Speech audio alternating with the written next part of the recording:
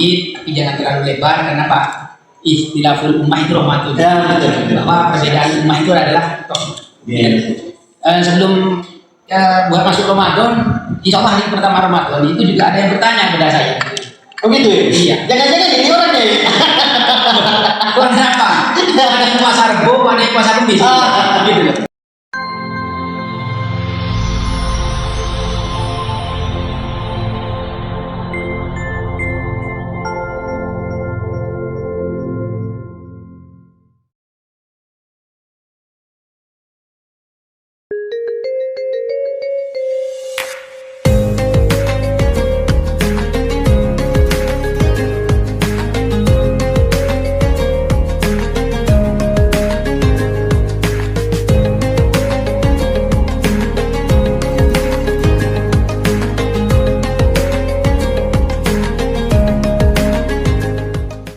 Bismillahirrahmanirrahim.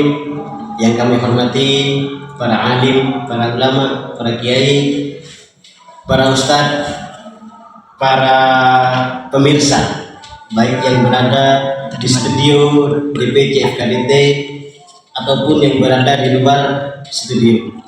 Wabil khusus yang kami hormati dan kami taklimi beliau Kiai Haji Husnan Mubarak MPD, di mana beliau merupakan pemateri pada malam hari ini yang insya Allah akan mengangkat tema tentang syarat puasa, rukun dan pembatal puasa, seperti itu.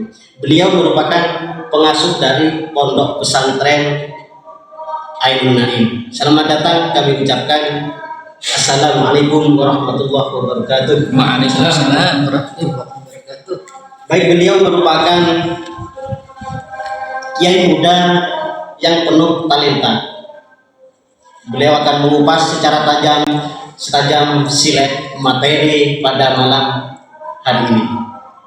Selanjutnya, untuk pemirsa baik yang berada di dalam studio ataupun yang di luar studio, panjenengan boleh memberikan pertanyaan, bisa lewat WA pribadi dari kami, yaitu Sekjen Sekretaris PAC Kecamatan Kota.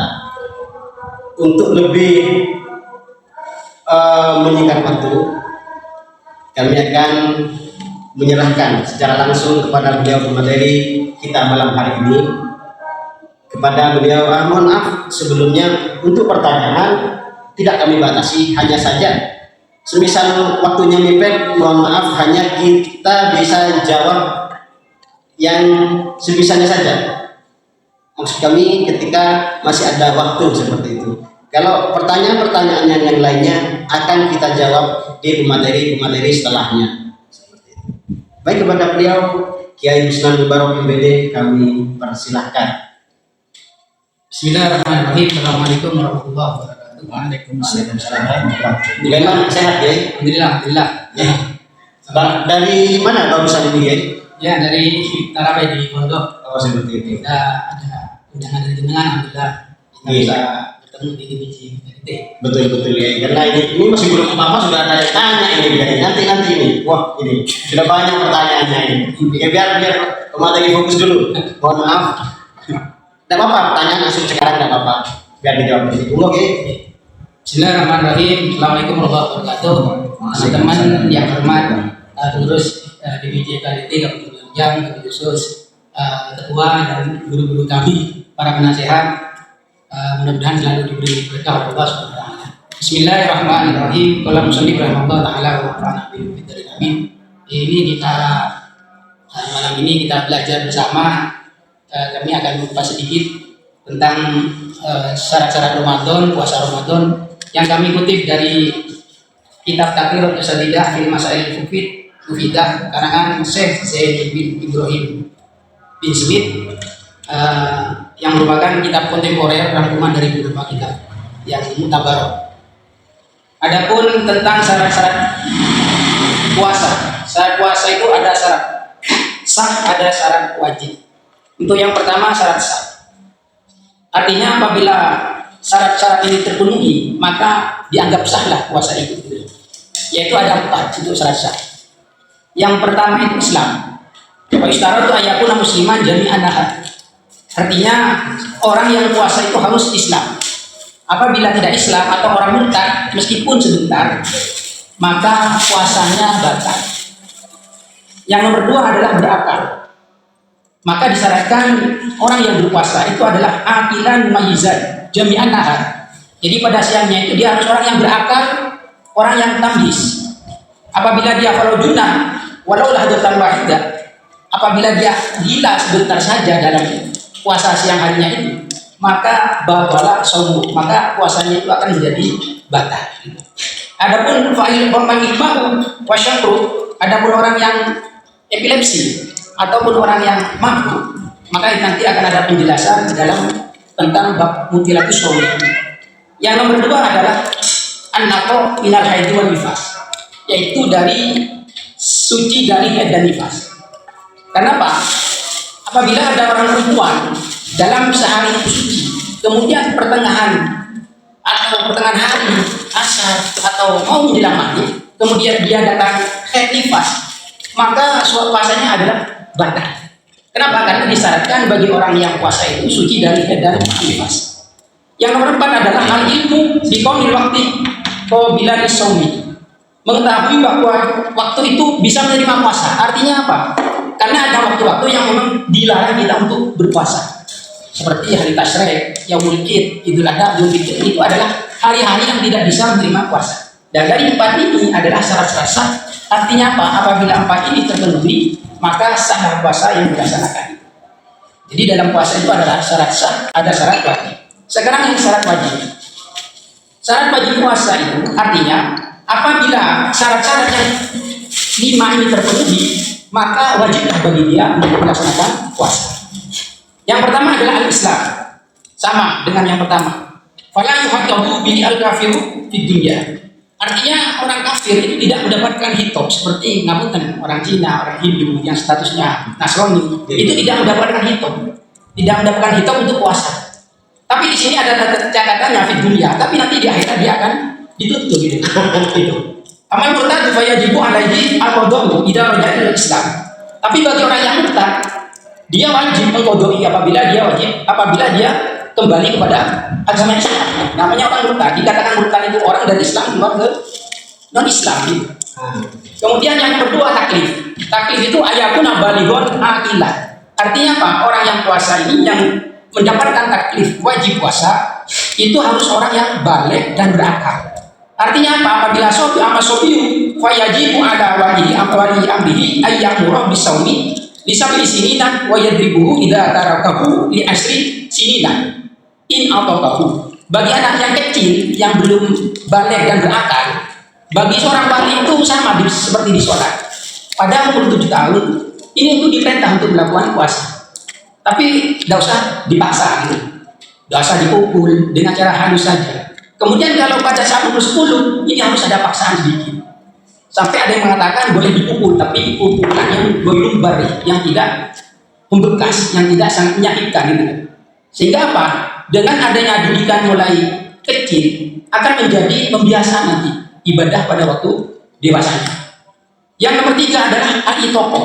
Itaqah itu adalah al-qudratu alaihi, yaitu mampu untuk melakukan puasa, baik secara isi, secara panca indera maupun secara syariat.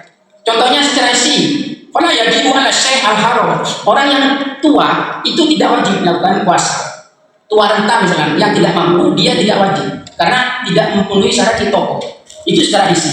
Kalau secara syar'i seperti orang haid itu, orang nifas itu tidak bisa melaksanakan apa? Puasa karena dia dari sisi itaqahnya dia adalah tidak mampu secara syar'i. Secara syar'i dia secara apa? Sebagai orang haid nifas juga tidak boleh berpuasa gitu. Yang nomor 4 nomor 4 adalah sehat.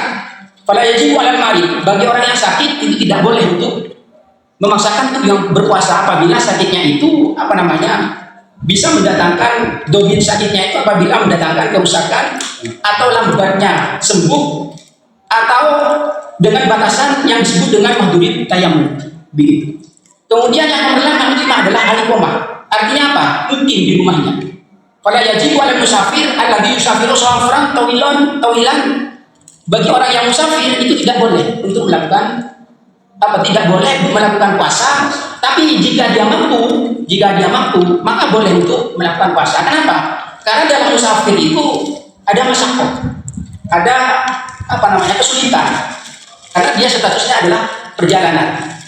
Nah, dalam hal ini perjalanan yang ditempuh minimal adalah, kalau dalam fikihnya itu kita diterjemahkan di sini 82 km minimal, gitu, 2 marhalah. Kalau dalam usul fikihnya, kalau lebih dari 3 marhalah, malah syariat itu menganjurkan untuk mengambil rukhsah ini, yaitu untuk dia tidak berpuasa. Lebih baik tidak berpuasa. Jadi ketentuannya, kalau orang musafir ini masih mampu untuk berpuasa, maka lebih baik berpuasa untuk melaksanakan kewajiban, dan akhirnya dalam kaidah fikihnya itu bara'atun dzimma. Tidak dari tanggungan. Tidak ada syarat untuk harus jalan kaki atau mana ya? Atau jalan kaki atau pakai mobil, apa sama halnya dengan 2 marhalah atau 82 km tadi.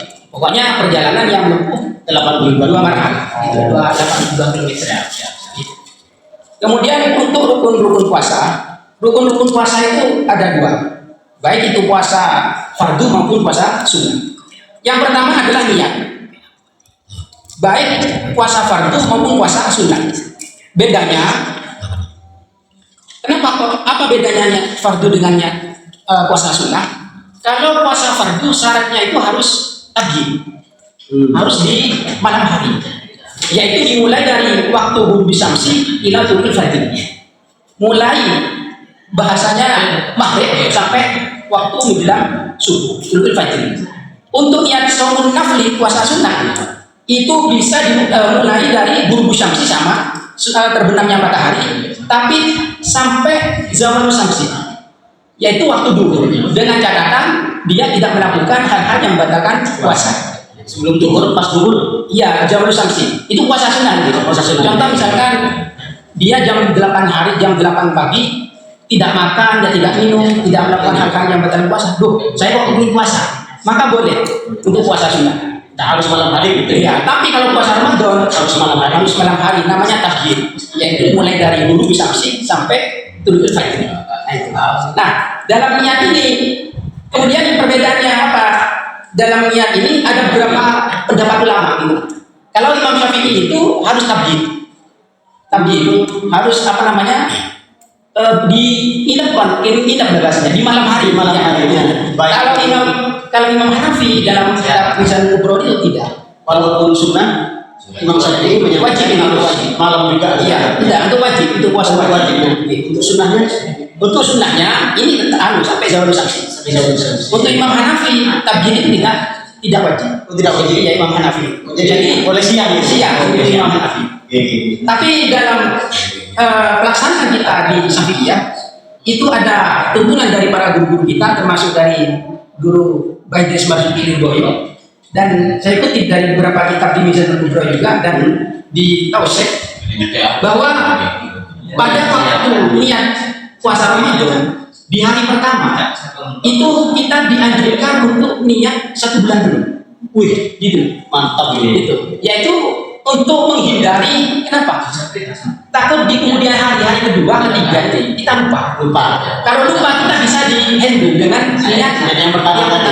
Kita sudah 1 bulan dulu. Gitu. Kalau Imam Syafi'i kita harus bermalam niat itu. Hari kedua, tapi masing-masing tetap harus niat.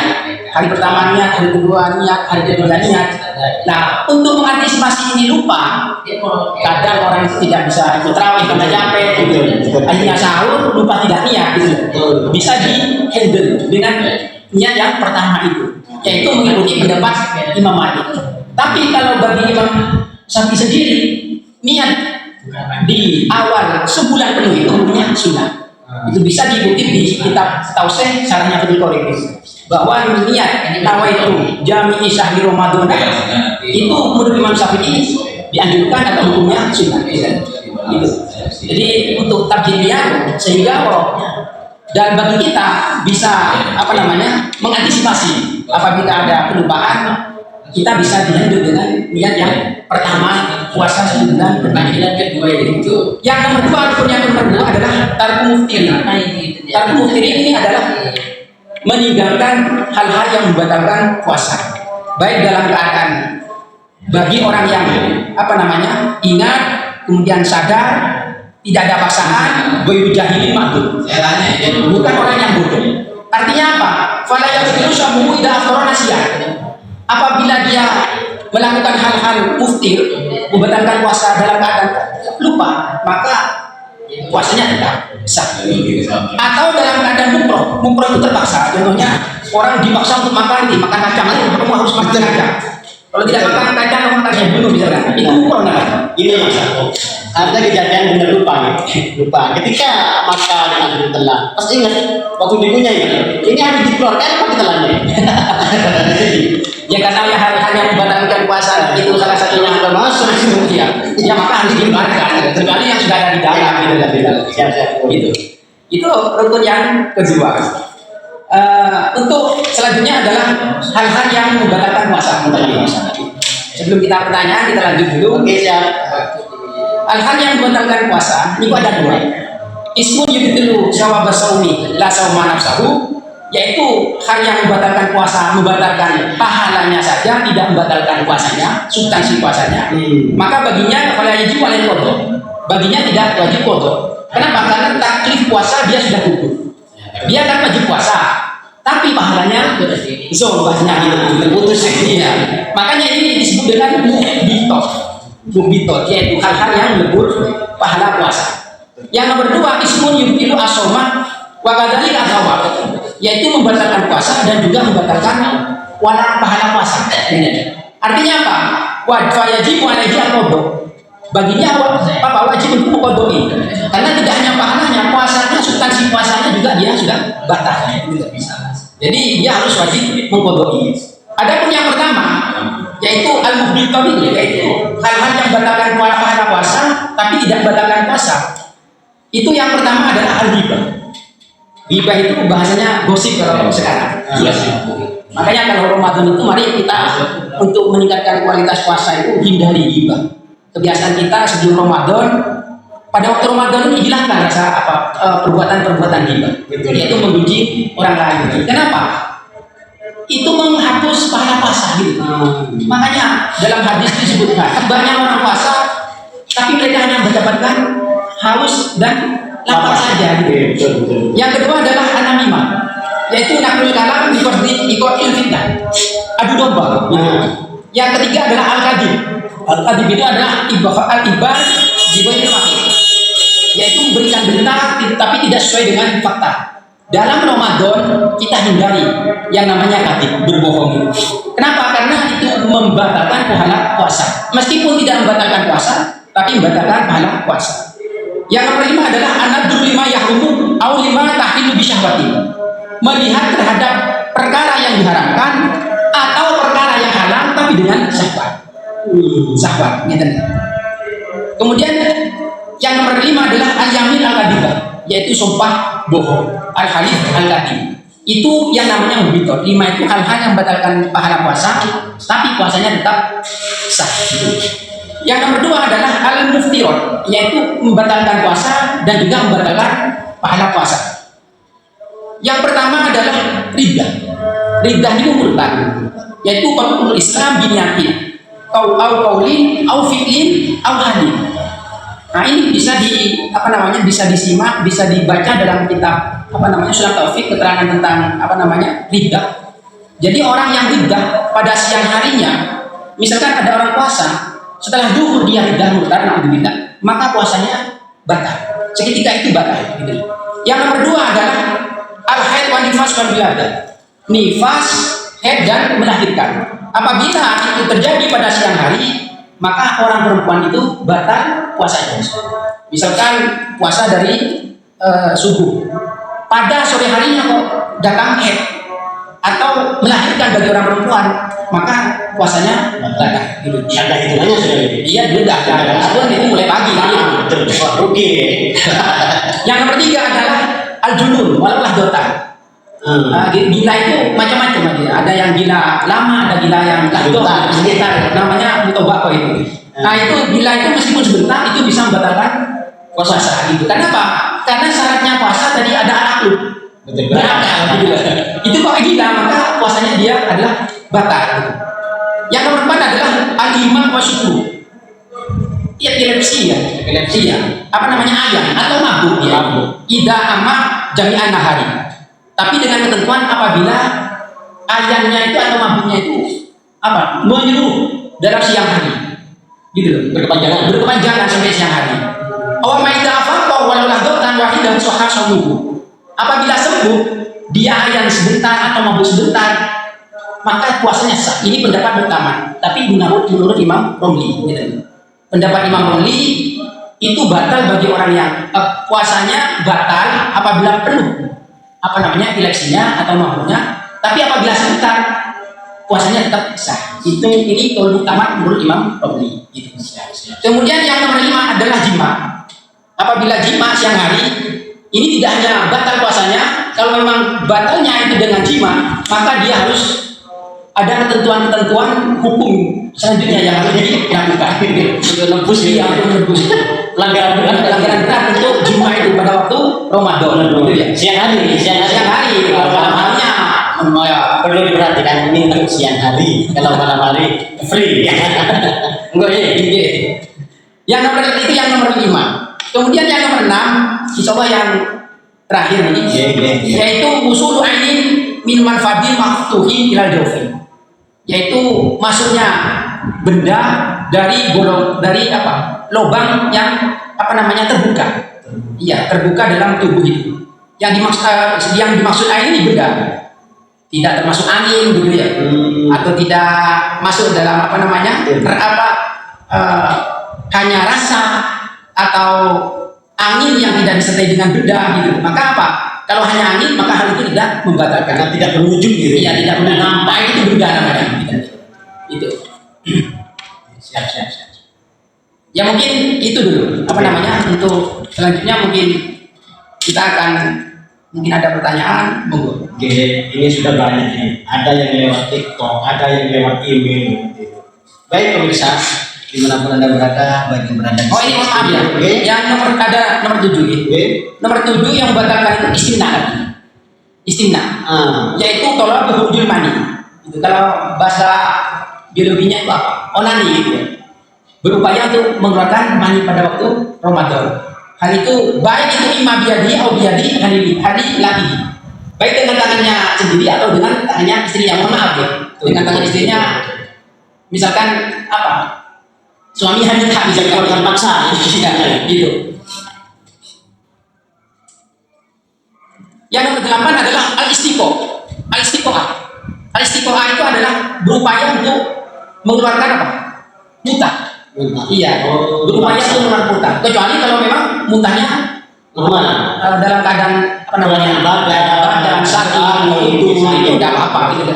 Tapi kalau berupaya untuk misalkan diobrol-obrol biar muntah gitu ya, karena ini dia tidak berpuasa ya, maka puasanya batal karena ada bahasanya istiqoah, yaitu berupaya untuk mengeluarkan muntah. Kecuali kalau muntah itu muntahnya itu dalam keadaan udur ya, dia sakit, masuk angin gitu ya, tidak batal. Ya, mungkin itu dulu sementara. Terima kasih. Mohon maaf, terima kasih kepada seluruh pemirsa baik yang berada di studio di PT FKDT ataupun yang berada di luar studio. Ini sudah banyak berkelimpahan pertanyaan gitu, baik dari email, ada yang dari WhatsApp langsung, bahkan ada yang dari TikTok ini. Ada yang di TikTok juga ini. Beliau menanyakan yang pertama ada pertanyaan, mohon maaf ya karena ini pertanyaannya banyak sekali, kita urut dari atas saja nih. Kalau waktunya ini tinggal aslinya kurang 16 menit lagi ya. Pertanyaannya banyak. Ini dijawab sebisanya semampunya karena waktu kita terbatas. Setelah ini kita akan ada materi lain. Langsung pertanyaan ini. Yang pertama ada yang bertanya ini mengenai sekarang ini pada musim hujan karena hujan, kadang panas sekali kan seperti itu. Jadi banyak orang yang sakit, kondisi tubuh tidak Iya. normal. Makanya sekarang sakitnya pun tidak hanya di rumah di puskesmas, bahkan di puskesmas dirujuk sampai ke rumah sakit aja Rumah sakit banyak. itu sampai ke infus seperti itu. Nah pertanyaannya, batalkah puasanya ketika orang sakit di infus seperti itu? Gitu. Oke, terima kasih. Kalau dalam fikihnya infus itu adalah ibroh. Ibroh itu ibroh. Iya, ibroh. Bagaimana hukum ibroh? Karena ini ada hubungannya dengan musulul aini wal jawf, yaitu masuknya benda kepada dalam tubuh, gitu. Nah, maka dalam hal ini hukumul ibroh tajuzul idoroh. Boleh, tapi apa? Karena dalam keadaan darurat. Nah, walakin ditalafu fi toliha di saumi. Tapi dalam masalah batalnya puasa, ulama itu terjadi beda pendapat tentang infus itu. Pendapat pertama, innaha tubtilu mutlaqan. Yang pertama adalah batal mutlak orang infus. Kenapa? Karena i'anaha wasana ila jawfi.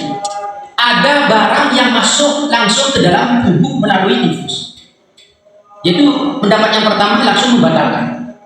Yang nomor dua adalah innaha la tubtilu mutlaqan. Tidak batal secara mutlak. Kenapa? Li'annaha wasana ila jawfi min ghairi manfaadin maftuhin.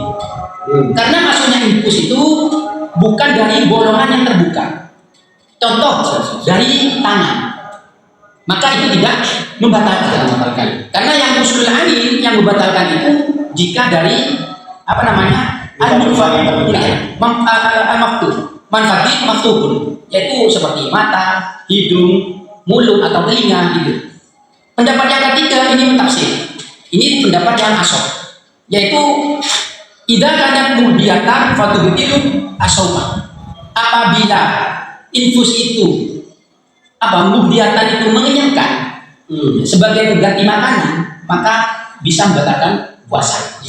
Jadi kan ada infus itu infus makanan, infus obat, infus darah, gitu. Macam-macam artinya, macam-macam bentuknya infus itu. Nah, jadi itu berapa pendapat tentang ibroh. Jadi yang pertama batal secara mutlak karena ada unsur ain, benda yang masuk ke dalam bolongan melalui infus itu. Yang kedua tidak membatalkan mutlak karena apa? Masuknya infus itu bukan dari manfaatin maftuh, bukan dari bolongan yang terbuka gitu. Yang nomor tiga adalah tafsir. Apabila infus itu mengenyangkan, ya seperti pengganti makanan, maka hal itu membatalkan puasa. Itu aja untuk ibroh. Mudah-mudahan bisa dipahami oleh para pemirsa ini. Siap. Terima kasih. Berikut adalah pemaparan tentang pertanyaan infus tadi. Jadi infus itu bisa dikatakan membatalkan, bisa tidak. Asalkan satu yang dikatakan membatalkan itu semisal sebagai pengganti makanan seperti itu. Jadi kalau misalkan seperti halnya obat, termasuk memulihkan tenaga. Karena banyak orang yang lemas ketika tidak infus. Ketika infus mereka akan sehat seperti itu. Terus yang kedua juga misalkan diinfus menggunakan darah yang masuk, itu tidak membatalkan. Kenapa? Alasannya karena tidak benar masuknya benda, karena tidak termasuk masuk kepada lubang yang terbuka, masuknya tidak seperti itu. Ini selanjutnya ada lagi, tapi sebenarnya agak menyimpang karena dari awal saya sudah menyampaikan pertanyaan agak menyimpang. Dari awal saya menyatakan itu pertanyaan yang dijawab adalah giliran dari yang pertama, kedua dan yang seterusnya. Baik, tidak apa-apa. Tetap tidak apa ya di luar materi ini. Ini monggo. Tapi ada hubungannya dengan puasa. Iya, dengan puasa begitu. Bukan antara syarat rukun dan yang membatalkan puasa begitu. Nah pertanyaannya ini antara NU dan Muhammadiyah seperti itu. Bagaimana cara penentuan? Mohon maaf ini. Ini memang banyak orang-orang yang tidak paham tentang ini. Bagaimana cara penentuan awal Ramadan? Karena sama-sama Islam katanya, ini bisa disampaikan sama-sama Islam ya, NU dan maaf saya sampaikan dari awal ini. Assalamualaikum Bapak Ustadz, Kiai dan semuanya. Kami orang awam mau menanyakan, NU dan Muhammadiyah ini sama-sama Islam, tapi kenapa puasanya tidak sama, tidak bareng seperti itu? mohon maaf saya sampaikan bukan hanya puasanya, kadang hari raya juga tidak bareng pemirsa. Oke, siap. Dan langsung dijawab oleh beliau cara penentuan awal Ramadan antara Muhammadiyah dan NU. Kepada beliau Kiai Al-Mukarram Kiai dengan Mukarram ini kami persilakan. Terima kasih untuk pertanyaannya. Mohon maaf, Agak nih, mohon maaf nih. karena apa namanya berbau organisasi. Nah, betul. Berbau organisasi. Tapi ya perlu apa namanya kita kupas sedikit, tapi jangan terlalu lebar. Karena Pak, istilahul ummah itu rahmatun. Ya, betul. Bahwa perbedaan ummah itu adalah rahmat. Ya. Sebelum buat masuk Ramadan, insya Allah hari pertama Ramadan itu juga ada yang bertanya kepada saya. Oh gitu ya? Iya. Jangan-jangan ini orangnya ya? Kurang apa? Ada yang puasa Rebo, ada yang puasa Kamis. Gitu loh. Betul. Oh ya, saya jawab. Antara NU Muhammadiyah itu mempunyai pedoman sendiri. Kalau orang Muhammadiyah itu menggunakan hisab. Hisab itu ilmu falakiyah yang menentukan apa namanya waktu sholat, waktu awal Ramadan, kemudian dan lain-lain hisab tentang falakiyah itu. Hisab. Kalau orang Muhammadiyah lebih kepada hisab. Tapi kalau orang Nahdien, orang Ahlussunnah wal Jamaah itu memakai dua metode. Karena dawuhnya Rasulullah itu sumu diruyatihi wa firu ruyatihi.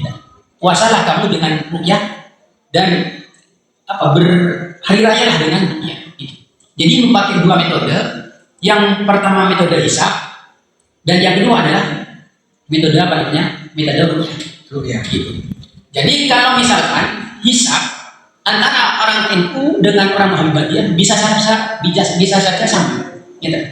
Tapi kalau rukyah, karena orang Muhammadiyah itu tidak melakukan rukyah, NU yang melakukan rukyah melihat hilal itu, maka bisa jadi puasanya orang Muhammadiyah dengan yang orang NU itu tidak sama. Berbeda. Contohnya kemarin. Iya. Kemarin itu istilahnya antara Muhammadiyah dan NU berbeda. Karena setelah dihitung hilal itu ada di bawah ufuk min. Iya, min 1 derajat lebih. Otomatis kalau di bawah ufuk itu hilal tidak akan bisa terlihat, tidak nampak gitu. Karena pada dalam falakiyah itu saya pernah belajar dari almarhum Ustaz Wahid, guru falakiyah yang kemarin menjadi ketua falakiyah DNU. Itu falak itu bisa terlihat di atas apabila posisinya di atas derajat 3 sampai 4 derajat di atas ufuk. Baru hilal itu bisa terlihat. Di atas 3 derajat baru kelihatan. 3 atau 4 derajat itu baru bisa terlihat. Kalau di bawah ufuk otomatis. Makanya kemarin mulai dari Sabang sampai Merauke itu Kementerian Agama menunggu pemantauan hilal dari masing-masing matlab. Itu beberapa 100 lebih tempat pemantauan hilal itu satu pun tidak terlihat. Kenapa? Ya karena hilal ada di bawah ufuk 1 derajat lebih. Itu karena tadi itu disampaikan minimal ada di 3 atau 4 derajat di atas ufuk hilal itu bisa kelihatan gitu. Jadi adanya perbedaan antara Muhammadiyah dengan NU dari sisi metode. Kalau Muhammadiyah itu memakai hisab, kalau NU itu memakai hisab dan pakai rukyah, bisa jadi penentuan awal Ramadan dan hari raya itu bisa tidak sama, berbeda. Tapi bisa jadi sama. Iya. Bisanya itu kalau hisabnya sama, kemudian rukyah bisa kemungkinan untuk dilihat, namanya mungkin rukyah, maka puasa atau awal Ramadan atau hari raya bisa bersama. Jadi dua metode itu yang membedakan antara NU dan Muhammadiyah. Tapi mari kita saling menghormati karena antara Muhammadiyah sudah memakai hisab, orang NU juga memakai hisab dan rukyah. Punya dasar masing-masing. Tidak usah diperuncing. Kita berbeda itu rahmat lah. Kita jalani aja, yang penting masing-masing kita mengikuti imam yang kita masing-masing kita anut itu. Mungkin gini dulu. Siap. Nah, jadi bisa disebutkan Perbedaannya memang sudah dari awal dari metode penghitungannya. Dan ketika saudara-saudara Muhammadiyah hanya menggunakan metode hisab, sedangkan saudara-saudara dari Nahdliyin menggunakan hisab dan ruqyah seperti itu. Nah, baik, untuk hisab dan ruqyah teman-teman Nahdliyin ini baru menyatakan sudah masuk bulan puasa apabila hilal sudah berada di atas 3 atau 4 derajat. Nah, bisa sudah nampak gitu. Kemungkinan misalkan, kalau misalkan di teman-teman Muhammadiyah ya, itu berapa derajat patokannya? Ya sebenarnya dari Malaysia, Indonesia dan Asia itu sudah mematok bahwa hilal itu bisa terlihat apabila ada di 3 atau 4 derajat di atas itu sudah patokan, bukan hanya di Indonesia. Di seluruh Asia. Di Asia. Karena masalahnya antara Malaysia, Indonesia itu tidak jauh beda. Jangan kalau kita itu dengan Arab beda matlaknya. Dengan Amerika ya beda. Gitu. Jangan melihat ke sana kalau melihat matlaknya tentang bagaimana cara melihat ruqyah. Siap. Jadi mohon maaf nih kalau misalkan ada perbedaan itu memang kita membuat saling menghormati. Tapi boleh sedikit saya tambahin ya, bahwa sebelum kita tutup ya. Dalam penentuan Ramadan itu ada beberapa macam. Artinya kapan kita wajib berpuasa itu. Nah, yang pertama ada dari jalur umum, sabil umum namanya. Yang yaitu dengan istiqmal bulan Sya'ban 30. Jadi kalau sudah 30 Sya'ban, berarti apa? Besoknya kita wajib berpuasa. Karena 30 itu sudah mentok. Ya, mentok. Hijriah itu kalau tidak 31. Iya, Hijriah itu kalau tidak 29 30. Kalau masa jadi 28, 29, 30, 31 gitu. Rasanya enggak ada 29. Iya, 28, 30, 31. 32 enggak ada. 32 kan bajingan. Maaf ya. Masuk siap. Yang kedua dengan wilayatul hilal. Bisa hadati adil dengan persaksian orang adil syahadat. Yaitu dalam hal ini isbat. Nanti di isbat itu adalah kan rapat sidang penetapan. Penetapan itu apabila sudah mendapatkan laporan dari masing-masing tim melihat hilal dan disumpah di sana oleh hakim, kemudian dilaporkan ke pemerintah pusat. Satu saja melihat hilal, maka oleh Kementerian Agama akan diputuskan bahwa puasa atau hari raya dilaksanakan besok harinya. Kalau itu hilal terlihat, itu secara umum. Itu sampai disumpah seperti itu. Iya, karena Pak ini hubungannya dengan ibadah yang bersifatnya wajib. Ya betul. Iya, dan keharuman itu. Artinya kalau sudah waktunya puasa, kalau tidak puasa kan haram gitu. Itu. Yang nomor 2 adalah ala sabil khusus, yaitu khusus kepada orang-orang tertentu. Gitu. Contohnya begini, biriyatul hilal fi hakiman ro'ahu wa inna nafasiko. Contohnya begini, pada saat ada orang berlayar mencari ikan di laut. Majel. Iya, orang majel. Istilah bahasa Inggrisnya orang majel. Kok dia mau melihat hilal gitu loh. Dia melihat hilal, ada bulan sabit gitu, ada bulan sedikit kelihatan. Dan baginya maka wajib untuk puasa. Bagi si nelayan tadi. Iya, kenapa? Karena dia yang melihat.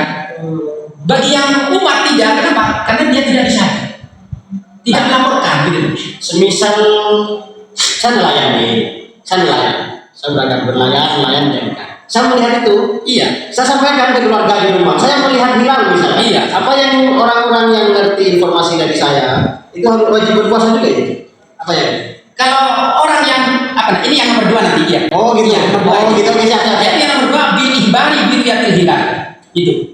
Yaitu ada kabar tentang itu. Dengan yang melihat hilal kemudian disampaikan kepada saudara-saudaranya. Kabar biriyatil hilal. Gitu. Tapi dengan catatan tidak akan al-mubir mautuqan bihi wajib asau. Apabila yang menyampaikan itu mautu bisa dipercaya, maka bagi keluarga yang jenengan sampaikan itu wajib puasa. Siap. Gitu. Jadi itu ya itu saja yang puasa gitu.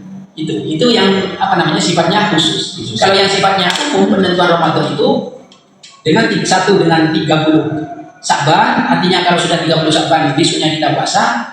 Yang kedua dengan ru'yatul hilal, tapi dengan catatan bisyahadah dengan disumpah. Lalu nanti ditetapkan oleh Kementerian Agama dalam sidang isbat. Gitu.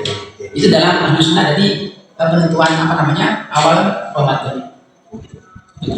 Supaya disumpah sebarang seperti itu. Mungkin sangat bukan mungkin karena pentingnya ibadah puasa sampai beliau yang bertugas sampai disumpah sebelum melaksanakan sidang isbat Dewan awal bulan Ramadan. Oke, terima kasih Gay. Ini karena waktu kita sudah habis. Ini masih banyak pertanyaan seperti itu Gay. Ini salah satunya. Cuman hanya saya sampaikan tidak perlu dijawab seperti itu Gay. Mohon maaf Bapak Ustadz, Bapak Kiai. Ini saya semua hal saya lakukan membantu orang lain, istilahnya bersedekah, berpuasa Ramadan, berpuasa wajib saya lakukan. Cuma satu yang tidak saya lakukan, sholat. Saya tidak melakukan sholat. Waktu ini seperti apa? Nanti akan baik besar. Nanti akan ada yang teman pemateri yang membahas tentang ibadah sholat seperti itu. Ya benar. Saking pentingnya sholat, perintah-perintah yang lain ini cukup menggunakan perintah di dalam Al-Quran. Kecuali sholat. Karena sholat, saking pentingnya sholatnya yang harus dijemput seperti itu oleh Rasulullah SAW. Baik, terima kasih. Mohon maaf apabila ada kesalahan disampaikan kepada seluruh pemirsa baik yang berada di studio di PJ FKDT maupun yang berada di luar studio. Sebelum kami tutup kegiatan malam hari ini, kami mohon Kiai langsung ditutup dengan doa Kiai. Ya, kita walasi bersama-sama saja. Monggo. Bismillahirrahmanirrahim.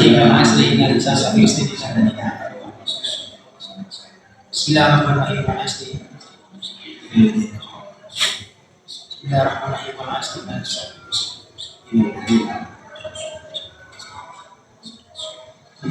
Terima kasih Kiai kehadirannya. Terima kasih. Mohon maaf sebelumnya. Terima kasih kepada seluruh pemirsa kami akhiri. Wabillahi taufiq wal hidayah. Wassalamualaikum warahmatullahi wabarakatuh. Salam.